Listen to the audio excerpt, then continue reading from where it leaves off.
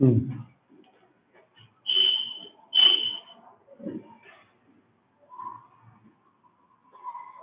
Chemical bonding. Okay, my dear students, welcome back to chemistry class. And again, some teething problem we have with YouTube Studio. Now we are live on Zoom.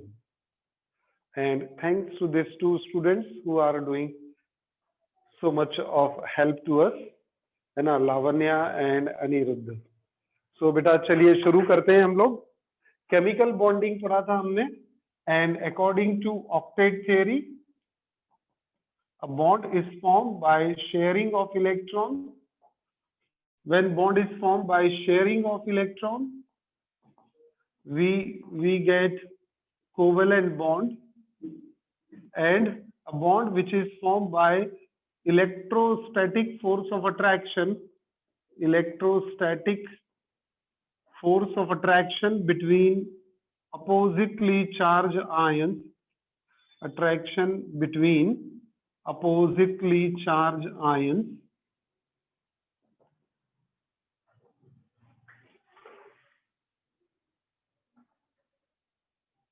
we get the bond ionic in nature. So ionic bond. So as per octet theory, atoms can gain, lose or share. Atoms can gain, lose or share their valence shell electron in order to complete their octet, as we observed in inert gases. And thereby we had seen initially the formation of calcium chloride molecule with the help of this 2 chlorine atom bonded to calcium, and in doing so calcium is having 2 unpaired electron in its valence shell, and chlorine एक ये cross mark से chlorine के electron show करते हैं, तो ये chlorine के electron आ गए. कैल्शियम एंड दिस क्लोरीन, देखिए ये बॉक्स में मैंने लिया 1 पेयर ऑफ इलेक्ट्रॉन, ये दूसरे बॉक्स में लिया 1 पेयर ऑफ इलेक्ट्रॉन. तो here is calcium at the center and 2 chlorine bonded through this single covalent bond. What type of bond? It is covalent bond, and this covalent, I am so sorry, yes, covalent bond बनेगा कि ionic बनेगा? Ionic bond बनेगा ये. हाँ, वो मैं गलत बोल गया. This will form a ionic bond. Why ionic bond? Because calcium क्या होता है? Calcium gives calcium 2 positive plus 2 electron, और यहाँ पर 2 क्लोरीन है, they take up 2 electron and get converted to 2 chloride ion. तो ये अपोजिटली चार्ज आयन एक दूसरे को अट्रैक्ट करेंगे, है ना, and they will create a bond. We call it as, ये कैल्शियम 2 प्लस हो जाएगा, क्लोराइड -1 हो जाएगा, and they will create ionic bond. तो आयोनिक बॉन्ड किसके बीच में बेटा? ये कैल्शियम 2 पॉजिटिव एंड क्लोराइड -1. तो -1 है, that's why 2 chlorine are taken. तो ये 2 minus and this 2 plus, they attract each other and create a single bond. We call it as ionic bond. Like NaCl, जैसा हमने NaCl में भी पढ़ा था कि आयोनिक बॉन्ड बनता है NaCl में. उसमें कैसे आयोनिक बॉन्ड बनता है? Sodium gives 1 electron and get positively charge, है ना, और क्लोरीन क्या करता है? इलेक्ट्रॉन गेन करता है and get converted to chloride. These oppositely charged ions, they attract each other and create a bond between them. We call it as ionic bond, because it is a bond between oppositely charged ions.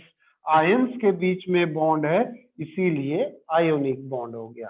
अब second type हमने देखा था covalent bond, ये सभी को पता है, this is formed by mutual sharing of electron pair between combining atoms। अब ये कंबाइनिंग एटम्स जो है ये दो टाइप से हो जाते हैं, combining atoms with high difference of electronegativity, difference of EN लिख रहा हूं, यानी ये इलेक्ट्रोनेगेटिविटी का शॉर्ट फॉर्म है। तो high difference of electronegativity combining atom ऐसे हो सकते हैं जैसे hydrogen and chlorine, they are forming covalent bond where chlorine is highly electronegative and hydrogen is electropositive.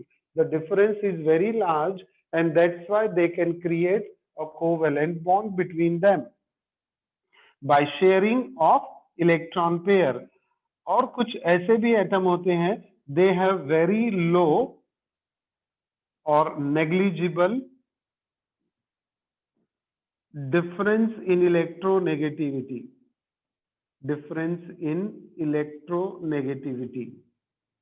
such atom also forms covalent bond like two hydrogen atom. They create a single covalent bond to chlorine atom. They create single covalent bond because difference of electronegativity is zero because both are similar. But different atoms को consider करें तो carbon and hydrogen, they have different electronegativity, but that difference is very small. That's why it cannot be this kind of covalent bond.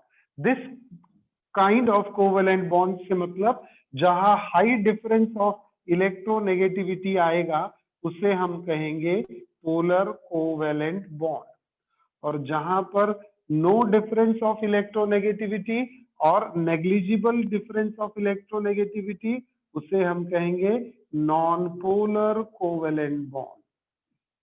So there are two types of covalent bond, depends upon the nature of combining atom which are sharing electron pair।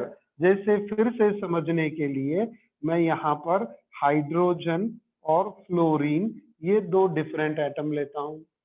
Fluorine is highly electronegative in the entire periodic table that we no.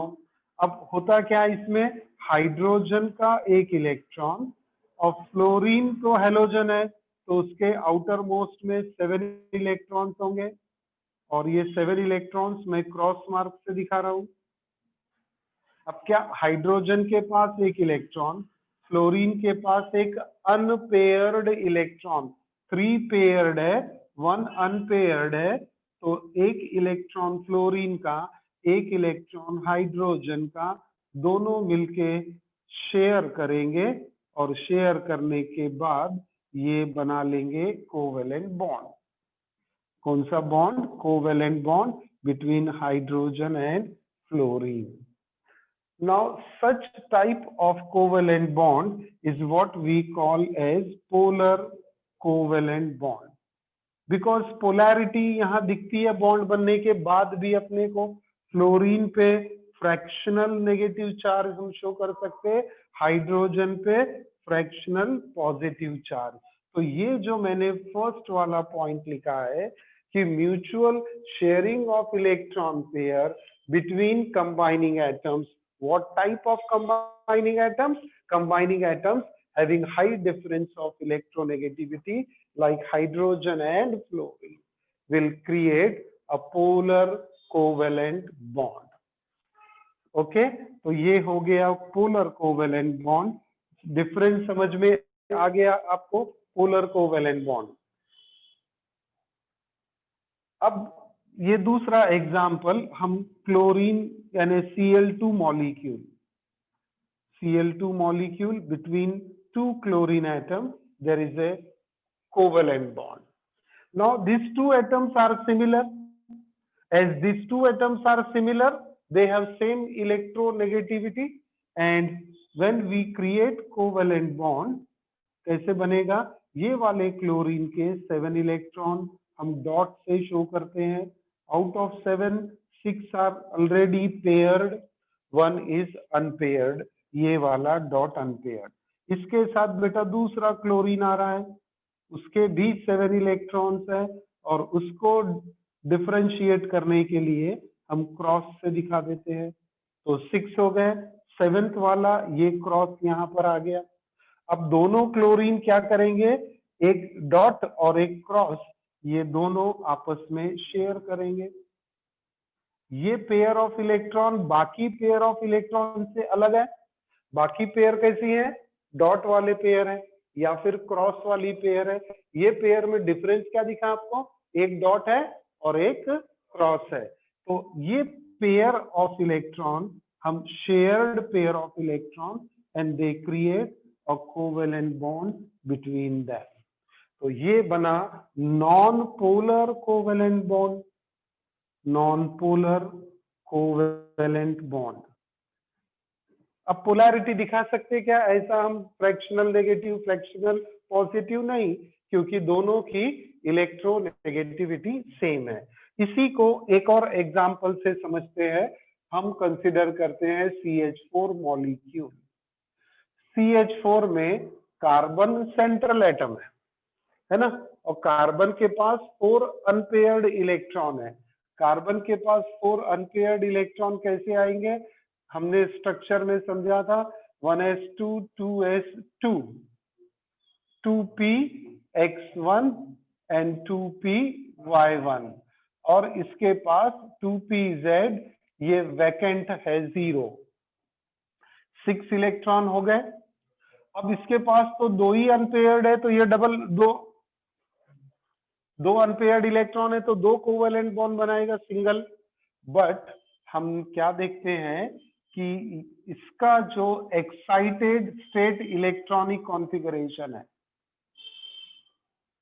इसे हम कहते हैं ground state electronic configuration.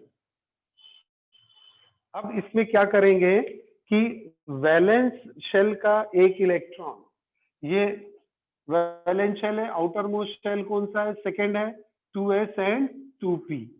तो 2s के पास भी 2 electron है, px के पास 1 है, py के पास 1 है, pz के पास एक भी नहीं. सभी की एनर्जी सेम है, 2 सेकेंड एनर्जी लेवल पे है. तो थोड़ी सी नाइंसाफी दिखती है यहाँ पर. नाइंसाफी क्या दिखती है? कि ये सेकेंड एनर्जी वाला 2 इलेक्ट्रॉन लेके बैठा, और ये सेकेंड एनर्जी वाला एक भी इलेक्ट्रॉन नहीं है. तो क्या करेंगे? ये 2s का एक इलेक्ट्रॉन इसको दे देंगे. इसे हम कहते हैं वी हैव प्रमोटेड और excited 1 electron from 2 completely filled 2s orbital to vacant 2pz orbital. Are you getting this? तो completely filled 2s से एक इलेक्ट्रॉन अगर चला गया, तो फिर कॉन्फ़िगरेशन कैसा बनेगा? 1s2 2s1 2px1 2py1 and 2pz1. तो ये 4 अनपेयर्ड इलेक्ट्रॉन अब आपको दिखेंगे क्लोरीन के वैलेंस शेल में या फिर आउटर मोस्ट शेल में. इसे हम कहते हैं excited state electronic configuration. Are you getting this? तो ग्राउंड स्टेट में तो 2 अनपेयर्ड थे, लेकिन एक इलेक्ट्रॉन को हम जब प्रमोट करते हैं, तो अब इसके पास, ये लिखता हूं मैं, 4 अनपेयर्ड इलेक्ट्रॉन हो गए. 4 अनपेयर्ड इलेक्ट्रॉन. अब 4 अनपेयर्ड इलेक्ट्रॉन को हम कैसे शो करेंगे? ये कार्बन सेंटर में इसके ये 4 अनपेयर्ड इलेक्ट्रॉन. सही है? आप सभी को पता है कार्बन इज टेट्रावैलेंट, लेकिन टेट्रावैलेंसी कैसे आती है? एक्साइटेड स्टेट के कारण. ग्राउंड स्टेट के कारण तो कार्बन बाइवेलेंट होता है, 2 ही बॉन्ड बना सकता कार्बन, लेकिन जब वो एक्साइटेड स्टेट में जाता है तब 4 bond carbon can create. Now carbon can create 4 bond with 4 hydrogen atom, each hydrogen coming with 1 electron. तो ये क्रॉस से हाइड्रोजन का इलेक्ट्रॉन शो कर रहे हैं। आ गया।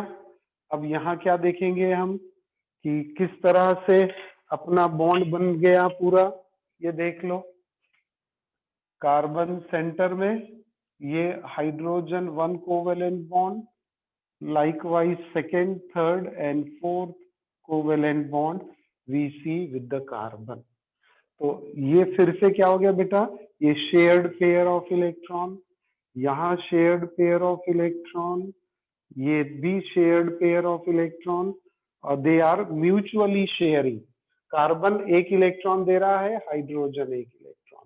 अब ये कोवेलेंट बॉन्ड जो बना कार्बन हाइड्रोजन का, ये फिर से क्या बनेगा, नॉन पोलर है। डिफरेंट एटम, दोनों की इलेक्ट्रोनेगेटिविटी डिफरेंट है but natural, but the difference of electronegativity is negligible और जस्ट मार्जिनल, जिसको हम अवॉइड कर सकते हैं। इसीलिए ये कोवेलेंट बॉन्ड जो बनेगा, ये चारों भी नॉन पोलर कोवेलेंट बॉन्ड बन गए। तो आपको डिफरेंस समझ में आ गया। कोवेलेंट बॉन्ड क्या है, 2 लोगों की पार्टनरशिप है, और वो पार्टनरशिप कैसी है, 50-50, एक का 1 इलेक्ट्रॉन, दूसरे का 1 इलेक्ट्रॉन। तो ब्रिटानिया 50-50, खाओ 50-50, तो ये बोलता है शेयर करो 50-50, एक मेरा इलेक्ट्रॉन एक तेरा इलेक्ट्रॉन, हम दोनों मिलके एक अपना बॉन्ड बनाएंगे, और बॉन्ड बना के दोनों भी स्टेबल हो जाएंगे। दोनों भी स्टेबल हो गए ना। ये क्लोरीन देखो, इसका ऑक्टेट कंप्लीट होगा, ये क्लोरीन का भी ऑक्टेट कंप्लीट होगा। यहाँ पर कार्बन सेंट्रल एटम है, अब डॉट और क्रॉस को मिलाया तो कार्बन के पास कितने इलेक्ट्रॉन हमको दिख रहे हैं, टोटल 8 इलेक्ट्रॉन दिख रहे हैं कार्बन में। तो कार्बन का भी ऑक्टेट कंप्लीट हो गया। हाइड्रोजन का ड्यूप्लेट होता है लाइक हीलियम, इनर्ट गैस है। कार्बन का ऑक्टेट होता है लाइक नियॉन और एर्गॉन, जिनके आउटर मोस्ट में 8 इलेक्ट्रॉन है। तो ये मीथेन स्टेबल मॉलिक्यूल है। क्यों है, क्योंकि इसका ऑक्टेट कंप्लीट हो रहा है। ऑक्टेट बोलिए या ड्यूप्लेट भी, अब एक टर्म हम यूज करेंगे कि हाइड्रोजन का ड्यूप्लेट कंप्लीट होता, कार्बन का ऑक्टेट कंप्लीट होता। ये हमने समझाया formation of covalent bond by mutual sharing. फिर से मैं क्या बोलता हूँ, म्यूचुअल शेयरिंग यानी एक इलेक्ट्रॉन एक एटम का दूसरे का दूसरा एक और इलेक्ट्रॉन, तो दोनों इक्वल कंट्रीब्यूट करते हैं and they create a covalent bond. We call it as covalent bond, mutual sharing. But जो दोनों कोवेलेंट बॉन्ड बने उसके टाइप क्या है, polar covalent bond and non polar covalent bond.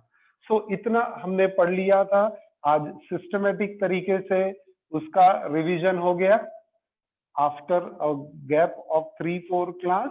Now let us move to the other aspect, and that is the drawbacks of octet theory. कि octet theory के drawbacks क्या है। फॉर्मल चार्जेस मैं कल पढ़ाता हूं आपको, है ना। आज काफी लोग नहीं हैं क्लास में, तो कल आ जाएंगे तो हम वो फॉर्मल चार्जेस, वैसे नाम ही उसका फॉर्मल है तो बहुत ही फॉर्मेलिटी वाला है वो, और इजी है, समझ जाएगा आपको। डन। तो बेटा अभी हम शुरू करेंगे drawbacks of octet theory. Octet theory के ड्रॉबैक्स क्या क्या है, ये इंटरेस्टिंग पार्ट है। Octet theory drawback, octet rule बोला है आपने, तो ऑक्टेट रूल के ड्रॉबैक या शॉर्ट कमिंग्स क्या क्या है, लिमिटेशंस क्या क्या है, ड्रॉबैक्स और लिमिटेशंस।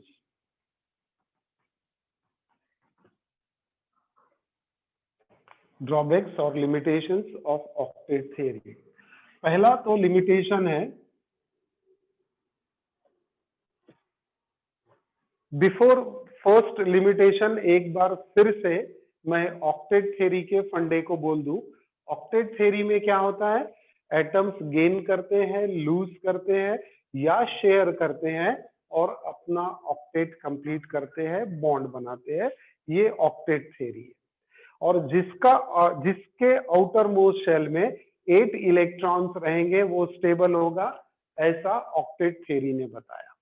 और जो स्टेबल होता है वो एग्जिस्टेंस में भी रहता है, जो अनस्टेबल होता है वो थोड़े दिनों बाद खत्म हो जाता है। कोई भी रहे दुनिया में, है ना, मॉलिक्यूल रहे या इंसान रहे, जो ज्यादा अनस्टेबल रहा वो जल्दी खत्म हो जाता है। उसका एक बेस्ट एग्जांपल है, हम देखते हैं टॉर्टॉइस को और रैबिट को। रैबिट कितना एक्टिव है, अनस्टेबल, इधर उधर फुदकता रहता, उसका लाइफ टाइम बहुत कम होता है। टॉर्टॉइस धीरे धीरे चलता है, आराम से खाता, सोता पड़ा रहता, उसका लाइफ स्पैन बहुत ज्यादा होता है ना।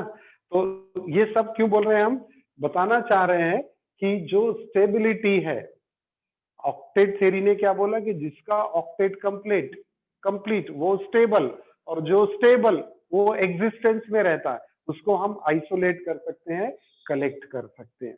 अब ड्रॉबैक में क्या आया, सबसे पहला पॉइंट कि ऐसे काफी सारे मॉलिक्यूल्स देखे गए जिनका ऑक्टेट इनकम्प्लीट है, molecules with incomplete octet, and they are incomplete octet है, but still they are stable as well as reactive, stable and reactive also।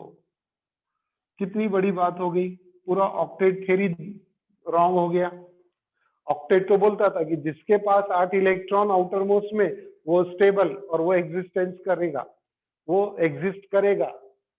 लेकिन ऐसे अभी हम एग्जांपल पढ़ेंगे जिनका ऑक्टेट कंप्लीट नहीं है, and those molecules are very much available, हम यूज करते हैं, स्टेबल है, उनकी रिएक्शंस भी पढ़ते हैं।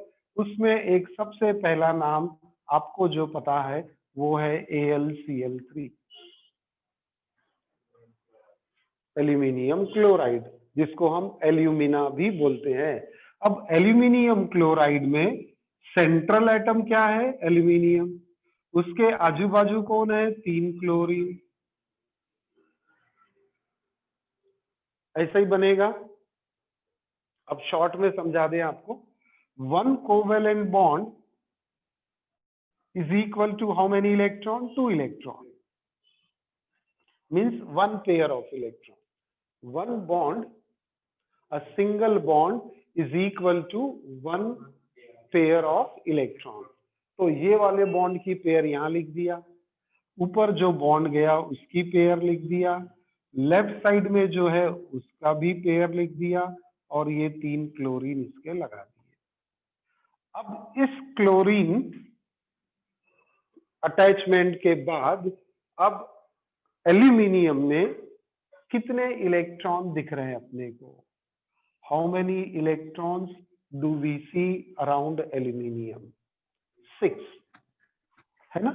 Aluminium is surrounded by 6 electron, यानी लेस देन 8 इलेक्ट्रॉन है, लेस देन 8 इलेक्ट्रॉन्स है, तो इसका ऑक्टेट क्या हो गया बेटा, incomplete.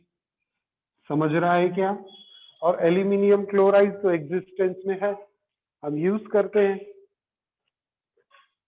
Such molecule fail to or octet theory fails to explain formation, stability and reactivity of such molecules। so क्या बनता है उसका पहला ड्रॉबैक और limitation, octet theory fails to explain formation, stability and reactivity of those molecules which have incomplete octet such as AlCl3। और example मैं लिखता हूं, BeCl2, BF3 boron trifluoride, ZnCl2, all these molecules they have less than 8 electrons around the central metal atom. आपको खुद ही अब molecule का formula देख के अंदाज हो जाएगा, है ना। You can guess very well. ये BeCl2 अगर आप लिखेंगे तो कैसा होगा, बेरिलियम सेंटर में और ये 2 क्लोरीन, और बेरिलियम के पास कितने इलेक्ट्रॉन्स टोटल दिखेंगे अब आपको, बोलो जल्दी, 4 इलेक्ट्रॉन्स अराउंड बेरिलियम। तो बेरिलियम क्या हो गया, इनकम्प्लीट ऑक्टेट वाला molecule. BF3 is like AlCl3. Boron will be having how many electrons around it? 6. 6. 3 fluorine है ना, तो 3 क्लोरीन के बदले 3 फ्लोरीन, तो यहाँ पर ये बोरॉन ट्राइफ्लोराइड बना दो आप। ये बन गया boron trifluoride. How many electrons around boron? 6 electron. सही है। और 6 electron less than 8 electron incomplete octet. So once again, what will be the sentence? That octet theory fails to explain formation, stability, and reactivity of those molecules which have incomplete octet. Done? तो ये drawback हो गया उसका। अब दूसरे drawback पे जाते हैं।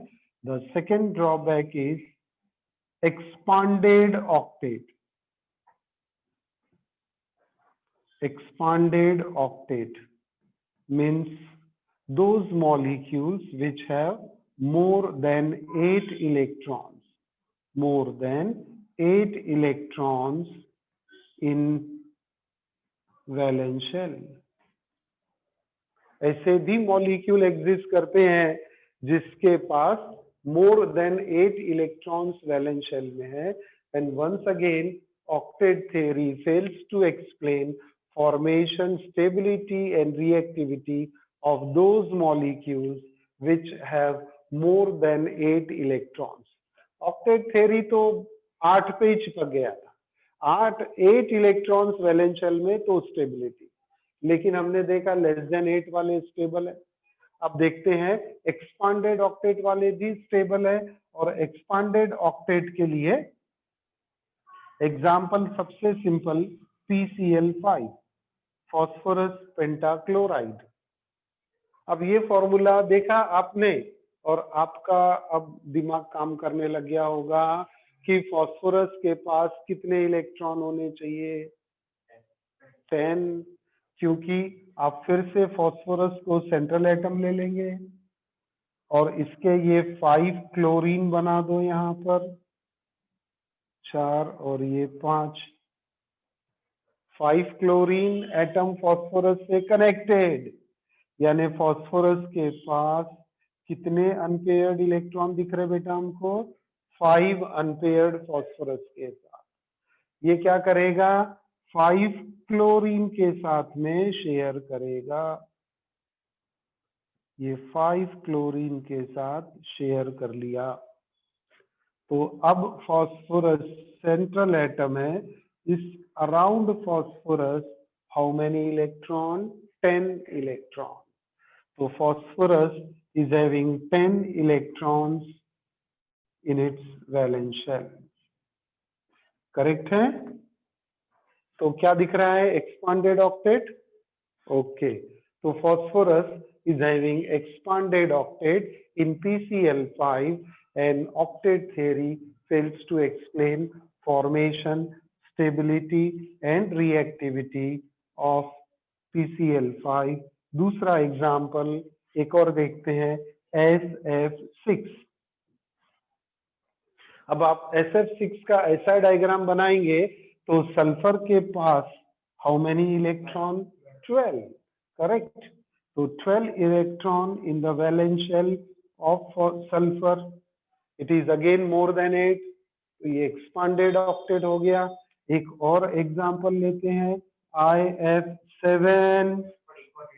Yes, iodine is having 14 electrons in its valence shell, and it is again a expanded octet. So octet theory fails to explain three terms बोलने हैं अपने को, कौन कौन सी? Formation, stability and reactivity of those molecules which have incomplete octet. What do you mean by incomplete octet? Less than 8 electrons. तो less than 8 electrons के वाले भी मॉलिक्यूल स्टेबल है, रिएक्टिव है। दूसरा ड्रॉबैक क्या देखा? Expanded octet. तो expanded octet means more than 8 electrons in valence shell. So octet theory once again fails to explain the formation, stability and reactivity of expanded octet. Example, PCl5, phosphorus is having 10 electrons around it in its valence shell. SF6, sulfur is having 12 electrons, and IF7, iodine, is having 14 electrons. So this is what the second drawback. Third drawback तो अभी हो नहीं पाएगा क्योंकि 2-3 minute बचे हैं। तो बेटा आज मीटिंग यहीं एंड करते हैं हम, और मेरे ख्याल से Zoom will be effective in the evening time and YouTube I am doing it with the 12th class. So anyways, कल हम फिर से Zoom पे ही मीटिंग लेंगे। ओके, चलिए कल मिलते हैं हम। Okay, see you tomorrow.